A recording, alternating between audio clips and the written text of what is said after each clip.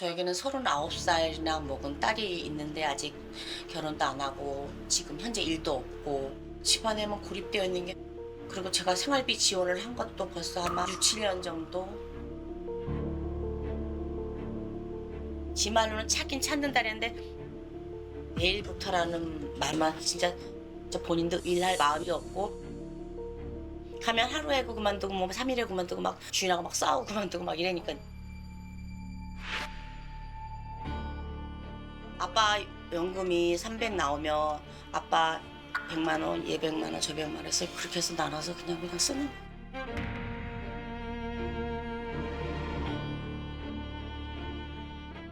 아버지 연금을 나눠 쓰네요. 아빠 연금으로. 아이고.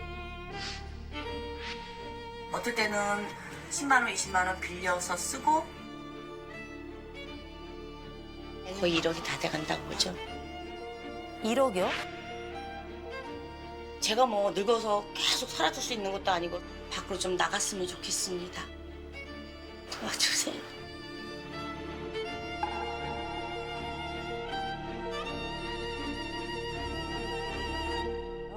저는 강릉에서 온 최성옥입니다. 강릉에서요? 네네.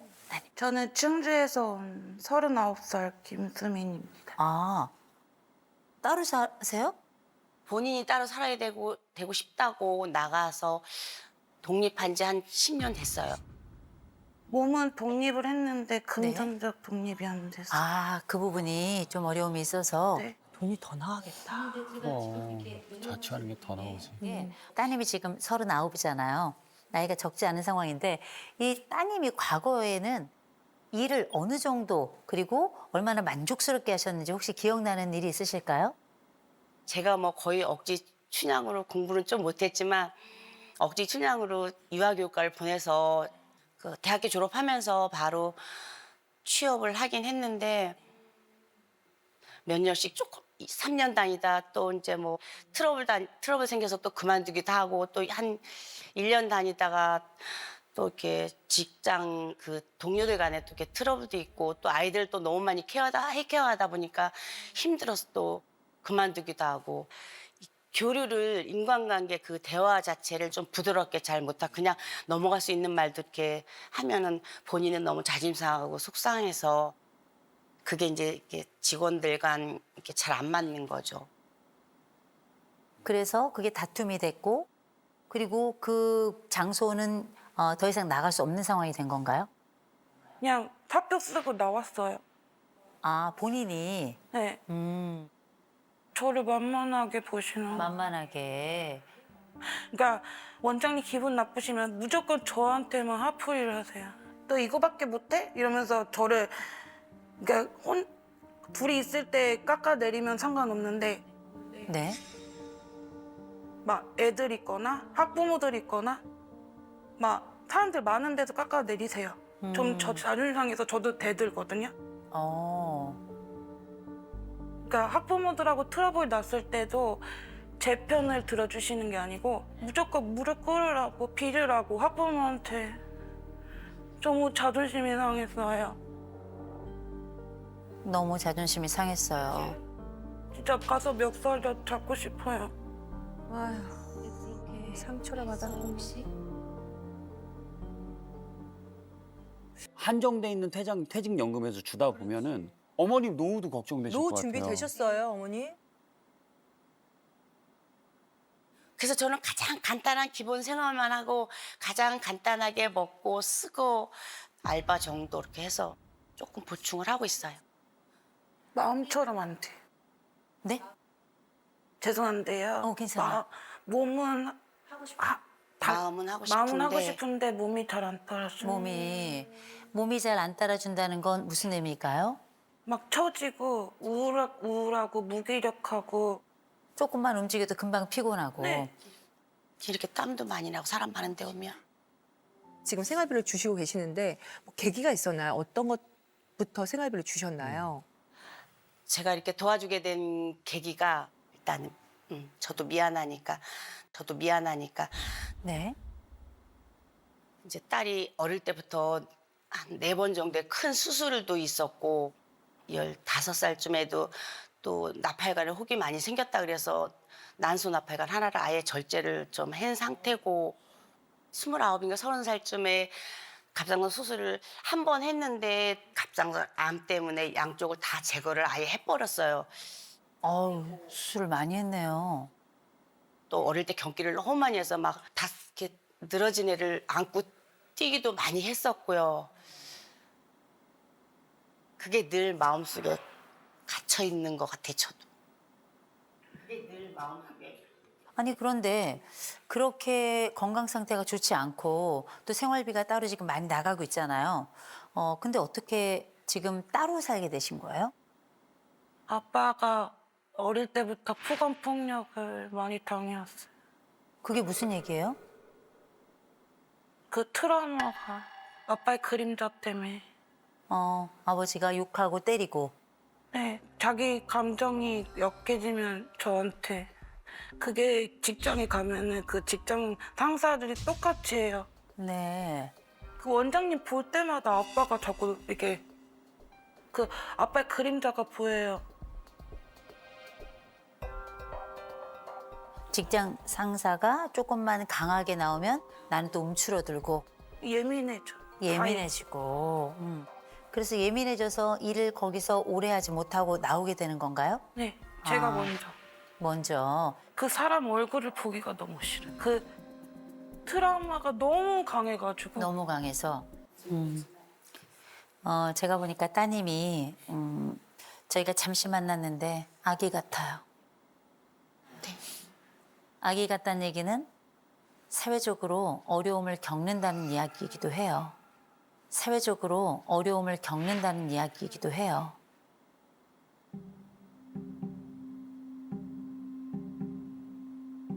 제가 조금 차가운 질문을 하나 드려볼게요. 이 딸이 독립이 가능할 거라고 보세요? 아주 솔직히 여쭙는 겁니다.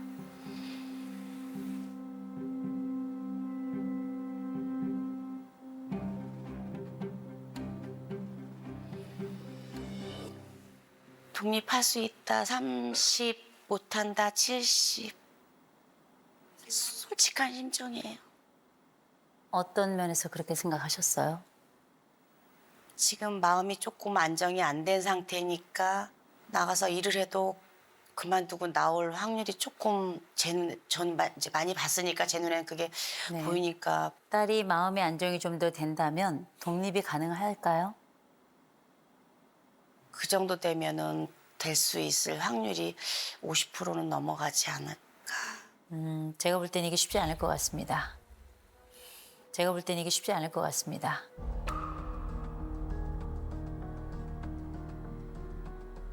왜냐면 첫째, 몸이 안 돼. 일단 저희가 생각했던 것보다 과거 수술 이력이 너무 많아요. 더군다나 이제 이런 호르몬 관련된 수술을 하게 되면 여러 몸의 균형들이 많이 깨지니까 이 따님이 보여주는 요 에너지가 너무 적고요. 쓰고 나면 지금 12시간에서 15시간을 잔다고 하잖아요. 이건 단순히 우울해서 자고 요런 부분을 조금 넘어선 것 같아요. 요거는 한 번쯤 검사를 해볼 필요가 있어 보이고요.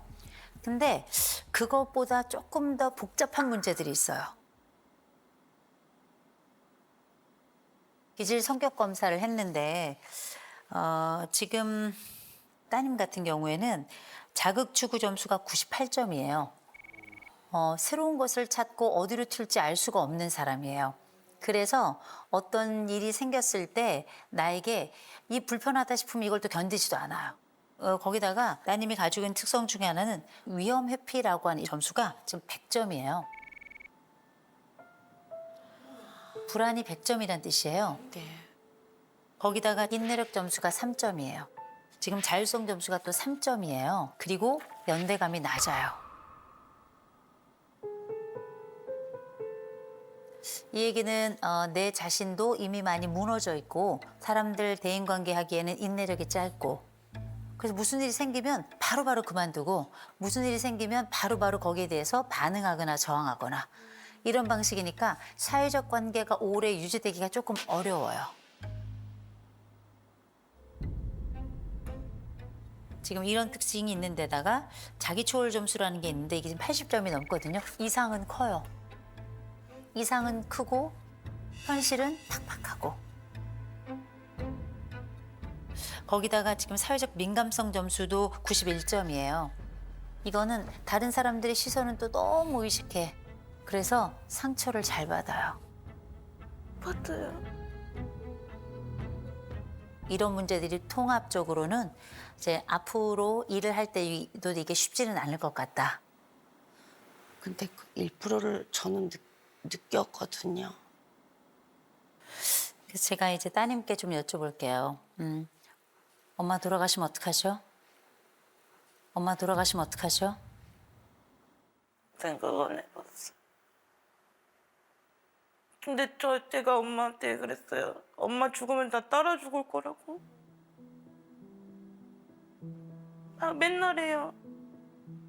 아니면 나 수술할 때 살리지 말고 그냥 보내지.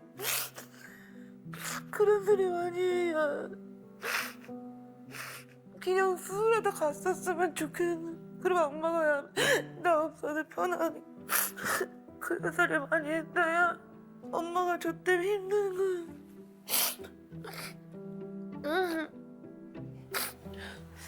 자, 그래서 좀 말씀을 드릴게요. 사람은 삽니다. 어떻게든 살 수 있어요. 그래서 지금 우리가 할 수 있는 건 몇 가지 좀 가져가죠. 그래서 가족센터나 정신건강복지센터에 가시면 풀 배터리 검사라는 게 있어요. 풀 배터리. 예. 일단 그 검사를 바탕으로 해서 저는 상담을 좀 받으셔야 될 것 같아요. 어떤 상담이냐면 사회적 기능을 향상시키는 상담이 있어요. 위기에 대응하는 능력, 또 상대방과 함께 있을 때 나라는 사람을 잘 지킬 수 있는 보호 능력, 이런 것들을 동시다발적으로 함께 다루는 상담 영역이 있어요. 네. 이건 장기적으로 받아야 될 거라고 생각을 해요. 네.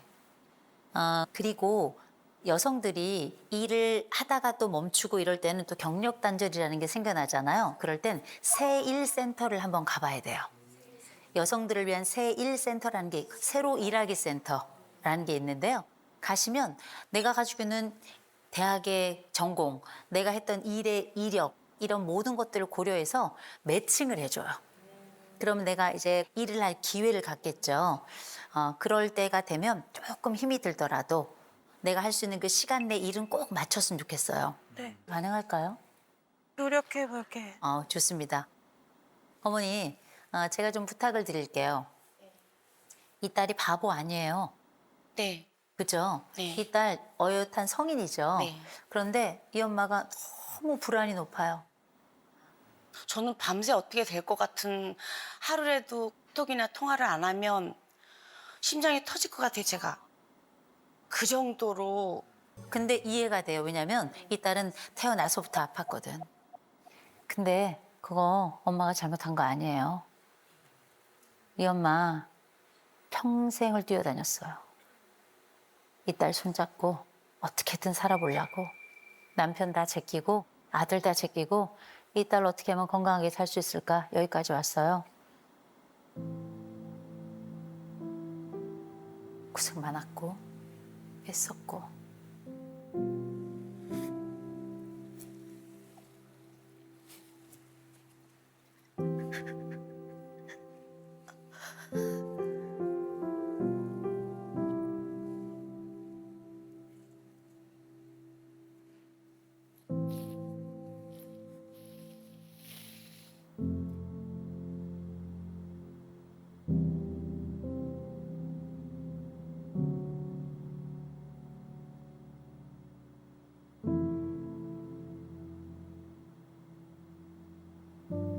우리 따님 네, 엄마한테 고맙다고 얘기 좀 해야 되겠어요. 엄마 고맙고 미안해. 사랑해. 아니야, 괜찮아. 친구 같은 딸이에요. 이 딸이 아파요. 그런데 걱정할 만큼 아프지 않아요. 이런저런 일이 있었지만 3년의 일도 했었어요. 1년의 일도 했었어요. 그리고 단기 알바로 해서 몇 개월이었지만 그것도 참 좋았던 기억들이 있었어요. 딸이 어떻게 지내는지 본인이 알아서 잘한다는 걸 믿어주는 거예요. 해볼게요. 새로운 시작을 잘해서 엄마를 좀 안심시켰으면 좋겠어요.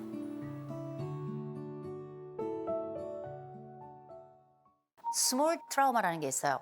이 스몰 트라우마라고 하는 건 말 그대로 트라우마인데 작아요. 이를테면 내가 직장에 가서 발표를 하는데 이 발표를 할 때 상사가 나한테만 얘기하는 거야. 넌 왜 이렇게 형편없어? 넌 왜 이렇게 못하는 거야? 네가 실적이 꼴찌야. 너처럼 하니까 그렇게 못하는 거야. 이런 이야기를 반복적으로 듣는다면 이게 대형 사건 사고는 아니지만 때로는 그 선배만 보면 나는 왜 작아지는가 이런 느낌을 받게 되죠. 그렇다면 이건 스몰 트라우마 이 정도로 보고, 그리고 스몰 트라우마가 있다면 미세 트라우마도 있어요. 뭐랑 비슷하냐면 미세먼지랑 비슷해요. 처음엔 잘 모르는데 여러 개가 모이면 나도 모르게 묵직하게 앙금이 쌓이죠. 이게 때로는 불편감으로 나타나기도 하고 때로는 예민한 민감함으로 나타나기도 해요. 불편합니다. 불편함. 맞아.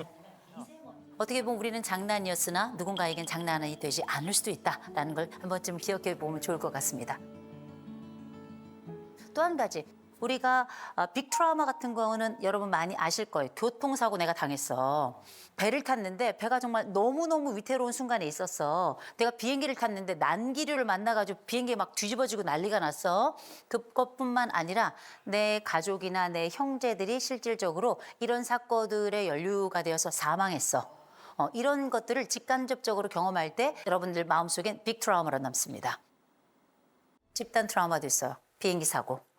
우린 세월호도 경험했죠. 대구 지하철 참사도 경험했습니다.